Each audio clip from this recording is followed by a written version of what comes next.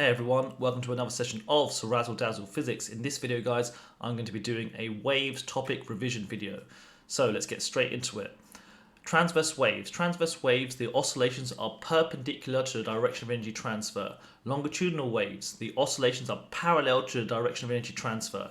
Here's a diagram of a transverse wave. The wavelength is going to be from one point in a wave cycle to its next identical point. So from peak to peak or trough to trough. The symbol is going to be the Greek letter lambda, which is going to be the symbol over here. It looks like an upside down inverted Y. And the amplitude is going to be from the peak to the rest position. So the rest position to the peak is going to be the amplitude. Amplitude and loudness. So over here we have two diagrams. We can see that there's a relationship between the amplitude of a wave and the loudness. The greater the amplitude of a wave, the louder the sound will be. Notice they have the same frequency, but we can see that this sound on the right hand side is going to have be much louder than the previous one. Reason why is because the amplitude is going to be higher. Longitudinal waves. So longitudinal waves, here we go. First of all, recognize that longitudinal waves have compression. So imagine I have a slinky spring and we shoved it one side. You know that the springs will bunch up at certain points and they'd be separated out at other points. The points where they bunch up together is going to be called the compression. The points which they are further away is going to be the rarefaction over here. The distance between one compression, the center of it, to the next compression is going to be called the wavelength, or the distance from one rarefaction to the next one over here, that can also be the wavelength. Sound waves. So sound waves are longitudinal waves. Here is a speaker. Let's say this is yourself. This is the air undisturbed in front of you. When a sound wave tries to travel, what happens is obviously compressions get set up. So the air particles, they are disturbed. They bunch up at points called compressions over here. So look, they bunch up compressions. There's a rarefaction, there's a compression over here. And therefore, the wavelength in this will be from one compression of air particles to the next one. So sound waves are longitudinal waves. Determining the speed of sound. If you want to determine the speed of sound, simply you take two bricks over here, you hit them together, and you see how the sound wave travels, hits the wall and bounces back. Yes, so the sound wave goes forward and travels back over here. In order to work out the distance, you simply measure the distance between yourself and the wall. So the distance between that going there, yes, and then you're going to time the time taken for you to hear the initial sound and for the echo to return. So don't forget, you're listening out to when the sound returns over here. The distance, what about the total distance traveled? Don't forget, if you want to work out the speed, speed is equal to distance divided by time. The distance will be the distance there and back again. So you multiply this the value that you measure over here by 2, and that's how you can then use that to work out the speed of sound. Yes, because the speed will be equal to the total distance traveled divided by time taken. Frequency. Frequency is going to be a measure of how many waves there are per second. It is measured in hertz, capital H, little z. Yes, the higher the frequency of a sound wave, the higher the pitch. That's going to be the key thing. So if you have a high pitch sound, the frequency will be higher. Over here, we've got a formula. The frequency is equal to the number of waves divided by a total time. And look, we've got two diagrams over here. The first one, we've got 2 waves occurring in 10 seconds. And this one, we've got 1, 2, 3, 4 waves in 10 seconds. So this one is a low frequency. This one is a high frequency.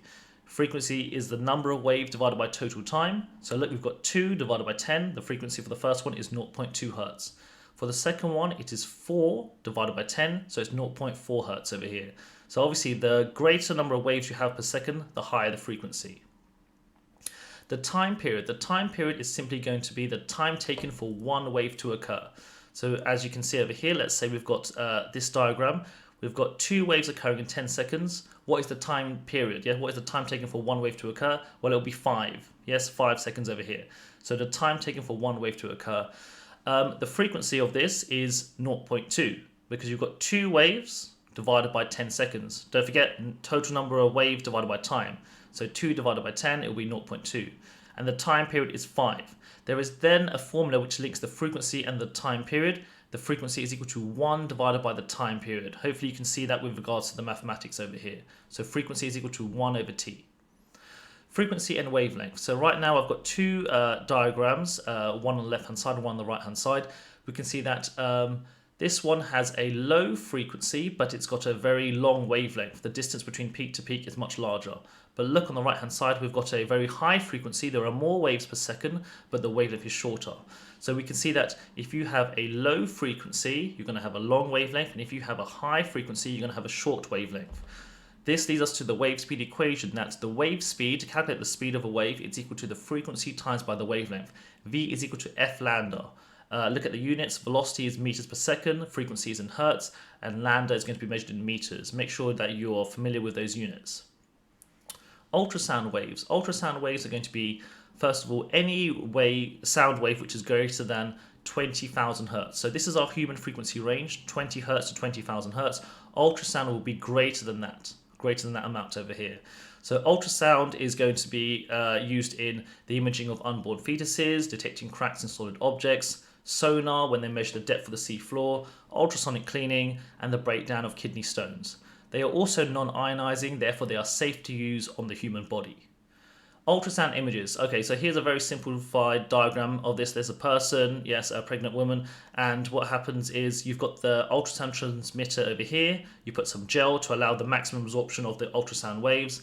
They're going to travel outwards, hit the fetus, and the wave bounces back. So a live image is obtained. Ultrasound waves are non-ionizing, therefore there is no risk to the mother. Sonar. So look at the word sonar. It's sound navigational ranging. Yes, and look, that's why we got SONAR over here. So the boat sends out an ultrasound wave of a known speed to the bottom, yes, and it reflects and bounces back up over here. So you time the echo once again. So in order for you to work out the distance from the boat to the seabed, they're going to use the formula half V times by T. Why do I need to half it? Because don't forget, this is the time of the echo, is the time taken for it to go there and back again. So therefore, I only need half the distance. That's why I need to half it overall. So just make sure you're happy with that. Detecting cracks in solid objects. So let's say, for example, we have a solid block over here and there's a crack inside it.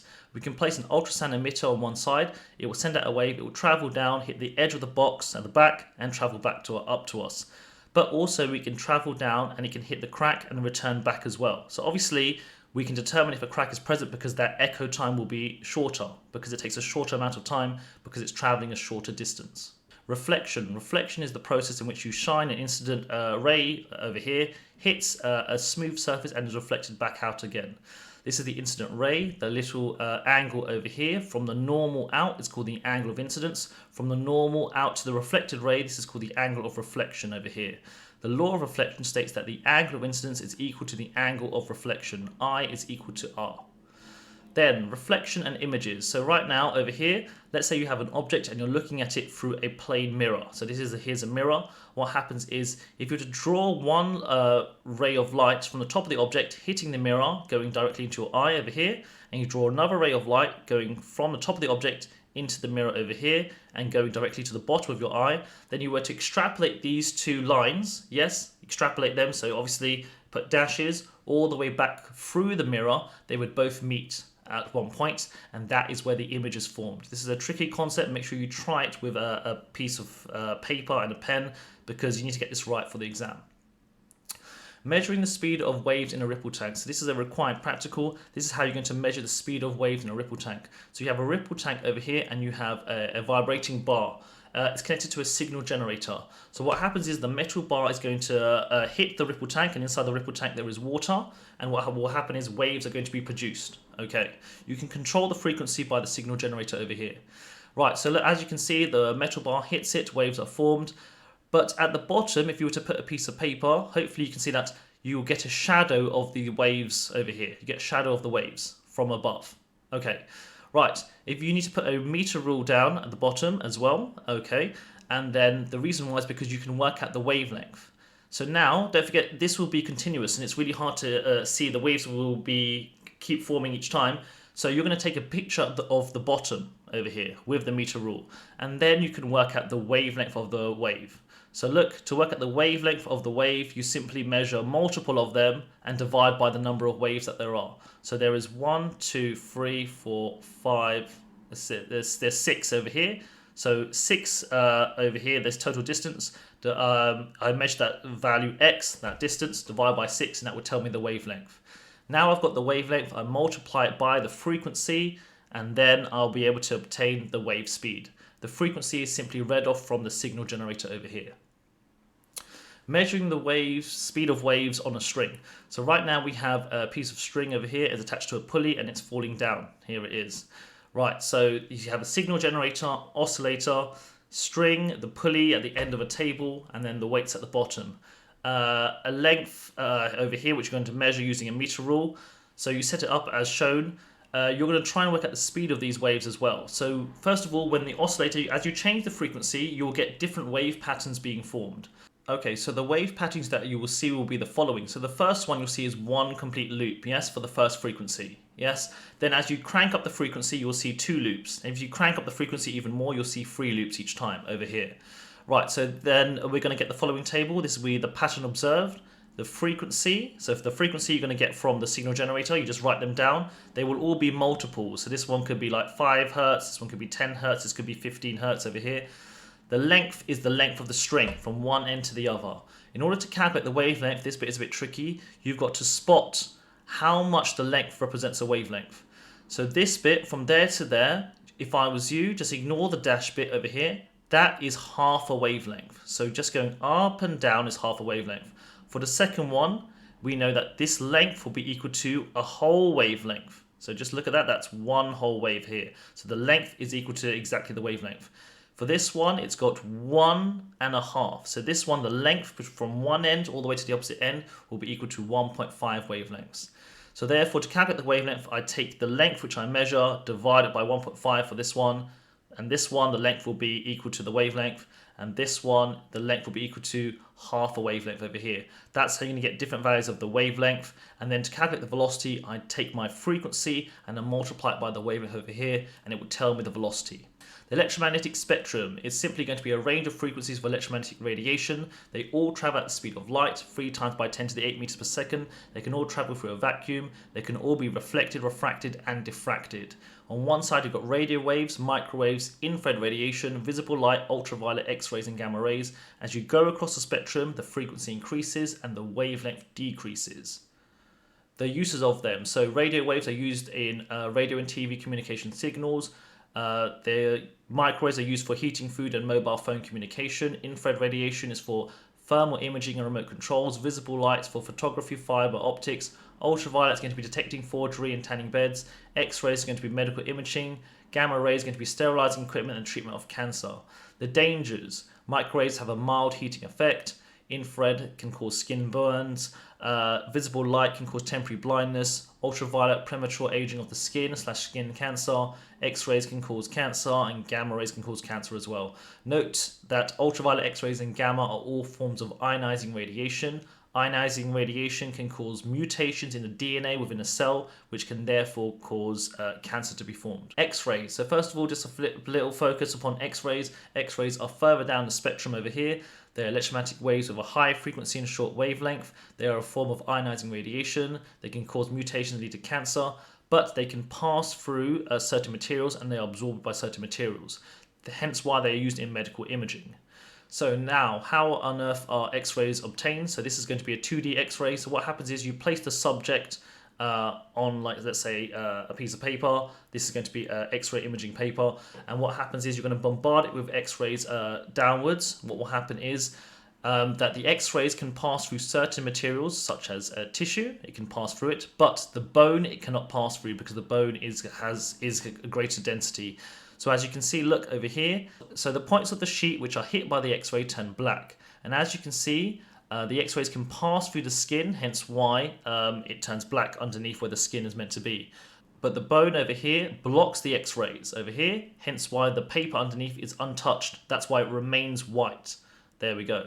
So the reason why the sheet of paper turns black is because it's been hit by an X-ray. If it looks white, it's because it has not been hit by the X-ray. It remains as before. And that's how an X-ray works.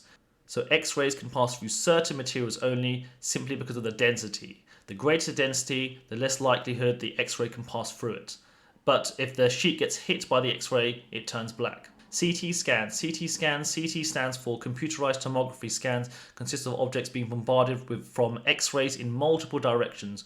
Multiple directions right now, not just from one way, from multiple directions you're going to get bombarded by X-rays, and it has it on a rotating camera over here. The data is then compiled together. The reason why is because now you can get a 3D image. Previously, it was a 2D image, yes, or top down, but now look, you can get a 3D image. Pros and cons: X-rays have a shorter burst of ionizing radiation, there's less exposure. It's a 2D image generated. There's less detail in the images. CT scans multiple bursts of ionizing radiation. There's a greater risk to the patient. A 3D image is created. The image can be rotated, but there's greater detail in the image. Visible light consists of the following colours: red, orange, yellow, green, blue, indigo and violet. Richard of York gave battle in vain. Yes, so on one side red has the longest wavelength, violet side has the shortest. So the frequency is increasing and the wavelength is decreasing as you go across. Then here is the colour spectrum. So there are three primary colours: red, green and blue, RGB. So there we go. Secondary colours, so red and green, the intersection will be yellow. Yes, red and blue, the intersection will be magenta. Green and blue, the intersection will be cyan over here, and all of them interacting with each other will produce white light over here. Now, why do some objects look a certain colour? Right, so the rule is this: objects of colour X will reflect colour X and absorb all other colours. Right, so what that means is this: if I have a blue object, it can only reflect blue light. Yes, because the object is blue, it can reflect blue light. So if I shine white light onto a blue object, the blue light is reflected, hence why the object looks blue. If I shine white light onto a red object, red is reflected, hence why the object looks red. If I shine white light onto a green object, the green object can reflect the green light, hence why it looks green. But let's look at it within a bit more complex cases. So over here, if I have a cyan object and I shine cyan light into it, what happens is obviously the cyan can reflect the green and blue, hence why it can reflect the green and blue, and therefore the object looks cyan. If I have a blue object and I shine cyan light onto it, green and blue, what will happen is only the blue is reflected. Yes, so a blue object under cyan light will look blue. And let's say, for example, if I have a cyan going onto a red object, what colour will the red object look? Well, don't forget the red object cannot reflect green or blue, so therefore it looks black. And if I have, there we go, another example, cyan over here, green and blue light being shone onto a magenta object. First of all, the magenta can only reflect blue and red, therefore it absorbs the green and only reflects the blue. So the magenta object will look blue under this light. Two more examples. Let's say I have a yellow object and I shine red light onto it. Don't forget, the yellow object can reflect the red and the green, so therefore it can reflect the red. Excellent stuff. Then if I have a cyan object and we shine red light onto it, the object cannot reflect the red, it can only reflect the green and blue, therefore this object looks black and nothing is reflected. Colours and filters now. So colours and filters. So a filter simply only lets certain colours through it. So let's say, for example, if I have white light onto a blue filter, the blue filter will only allow the blue to pass through. If I have white light onto the red filter, only the red one can pass through, and over here onto a green filter, only the green one can pass through. So hopefully that makes sense. And look at the bottom example. If I have blue light onto the red filter, what will happen is that the red filter will absorb the blue and nothing will pass through. Then we've got a couple examples over here. Let's say I've got white light onto a cyan filter. Obviously the green and blue pass through and the red is not. If I've got white light onto a yellow filter, obviously the red and green can pass through but not the blue. And look, if I've got two filters, one in front of the other, and I shine white light into it, so red, the green and blue, which is in white light, go into the magenta filter, the red and green can pass through. But if I place another red filter in front of it, only the red one can pass through. Seismic waves is another word for earthquake waves. Right, so you've got to be able to be aware of the structure of the earth. On the outside, we've got a solid crust, then we've got a solid mantle, then we've got an outer core made out of liquid, then an inner core made out of solid. Then from here, we've got if an earthquake occurs over there, the epicenter is the point directly above the earthquake's origin where it hits the surface. So the earthquake's origin is over here, and this is the point of the surface right above it. So this is the earthquake origin, this is the epicenter. Seismic waves, there are two types of waves. There are P waves and S waves. The P waves arrive first and then the S waves arrive afterwards. The P waves are longitudinal, the S waves are transverse. P waves are faster, that's why they arrive first. Yes, S waves are slower, that's why they arrive second. The P waves can travel through solids and liquids, the S waves can only travel through solids only. And look, I've got this diagram over here. Let's say the earthquake occurs there. P waves will travel upwards, hit the Earth's surface, and S waves will also travel upwards and hit the Earth's surface over here. But let's say we have an earthquake on one side of the Earth over here. First of all, we can see that the P waves can travel through everything. Yes, the reason why P waves can travel through solids and liquids. But S waves cannot do the same thing. They are not doing the same thing over here. We can see that if an earthquake occurs, the S waves take a different path. They cannot pass through the outer liquid core. So that's why there is a shadow zone over here where no S waves are detected. Distance calculations. So let's say, for example, an earthquake occurs over here and it travels and hits the surface. First of all, we know that the distance the P wave travels will be the same as the distance the S wave travels over here. So therefore, we can write dP is equal to ds. And let's say there's a time interval. Let's say the S wave arrives X seconds after the P wave. Therefore, we can say that the Ts, the time taken for the S wave to arrive, is equal to Tp plus X. So therefore, I can plug it into our formula. So we can see that velocity of the P wave times by the time of the P wave is equal to the velocity of the S wave times by the time of the P wave plus X. Don't forget, this is the time of the S wave, which we said up above over here. Make sure you can see that relationship and you can manipulate it and rearrange it if required.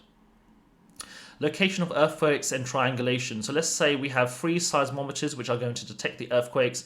First of all, the seismometer can only tell you how far away it is, so it could be anywhere along this line. But if you put 3 of them up to find the location of the earthquake, it will be where all of the lines intersect. So this point over here, that will tell me the exact location of the earthquake. Refraction. Refraction is going to be the process in which a wave changes direction as it enters a new medium due to a change in speed. So right now we've got, let's say, a boundary between air and glass. The wave is traveling, hitting it, then going to refract. Yes, it's going to refract over here. We can see that as you go from less dense to more dense, you bend towards normal. And as you can see that if we're going for the reverse, if we're going from more dense to less dense, you bend away from the normal. So if you're going from less dense to more, your speed decreases, yes, and you bend towards normal. And as you go from more dense to less, your speed will increase, yes, and you bend away from the normal. Investigating reflection and refraction. So this is a required practical. You need a perspex block, a ray box, plain paper, ruler, and protractor. You're required to look at how refraction takes place and reflection. So you place the block onto a piece of paper, you draw around it, there we go, and then you mark where the ray of light is going to enter via the ray box, and you mark where it's going to exit from the glass block. Then once you're done with that, you remove the glass block, you connect the line over here, and then you can measure the angle of incidence, the angle of refraction, yes, which is this angle, and the angle of reflection. So don't forget, you're taking the angle of incidence, angle of reflection, and angle of refraction. This is quite a tricky practical. Make sure that you state that you have to remove the block and then connect the line. The risk assessment, do not look directly into the ray box. It can cause temporary blindness. Control variables, you must keep the perspex block the same throughout the experiment. Sources of error, difficulty in identifying the midpoint of the ray of light when marking, because it's quite difficult when you're using the ray box, and when there's very small angles, it might be difficult for you to take those measurements. Here's some sample results. Let's say, for example, this is going to be angle of incidence, angle of reflection. These 2 angles should be the same, yes, because they should obey the law of reflection. But for the next one, for the angle of incidence and the angle of refraction, this one over here, we can see that as the angle of incidence increases, you keep increasing the angle of incidence each time. Don't forget, you're going to increase each time and record the different values. The angle of refraction will be increasing, but will always be a bit lower. So as you can see, it goes 0, it's lower over here. So the first set of data will give me this graph, and the second set of data will give me this graph over here. Lenses, there are 2 types of lenses, converging lenses and diverging lenses. Converging lenses are also called convex lenses, and diverging lenses are also called concave. These are my symbols which you will see. Yes, the arrows pointing outwards will be converging, diverging, the arrows will be pointing inwards. Right, so first of all, when parallel rays of light travel and they go through a lens, they will be focused towards the focal point. If it's a converging lens, don't forget the word converge means to drag them towards. So all these rays of light, they go through it and they converge towards a point over here, then they will separate out again. The focal point is the point where they all meet. The focal length is the distance between the lens and the focal point over here.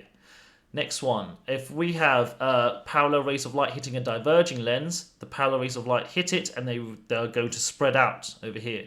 Then you might be asking me, how do I know which angle they're going to move off at? It's because if you were to extrapolate the lines backwards, they will all meet at this point over here. This will be called the focal point, where they all meet over here. Right, and this will be for a diverging lens. The lenses and the eye. So right, this is the eye and it's a lens. First of all, parallel rays of light should enter the lens and should travel down and hit the back of your retina over here. This will be 20/20 vision. But if somebody is short-sighted, the rays of light will just focus too early. So the solution will be the following. You want to spread the rays of light. That will be a diverging. To diverge, it's going to spread it. Hence why you put a diverging lens in front of somebody who is short-sighted.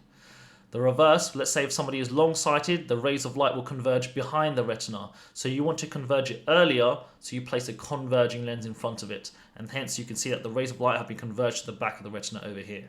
Let's say you were to draw ray diagrams right now for lenses. So first of all, this looks a bit complicated at the start. You have the lens in the middle, you have a principal axis over here, you've got the focal point, f, which is symmetrical on both sides, and 2f, which is double the focal point on each side as well. So the object is the red one. So first of all, to draw this, you draw one ray of light from the top of the object directly for the center of the lens. Yes, going through it. Then one ray of light going directly horizontally across along this axis, hitting the lens and then going through the focal point. Where these two rays meet, this is where the image is formed. The image will be diminished, inverted, and real.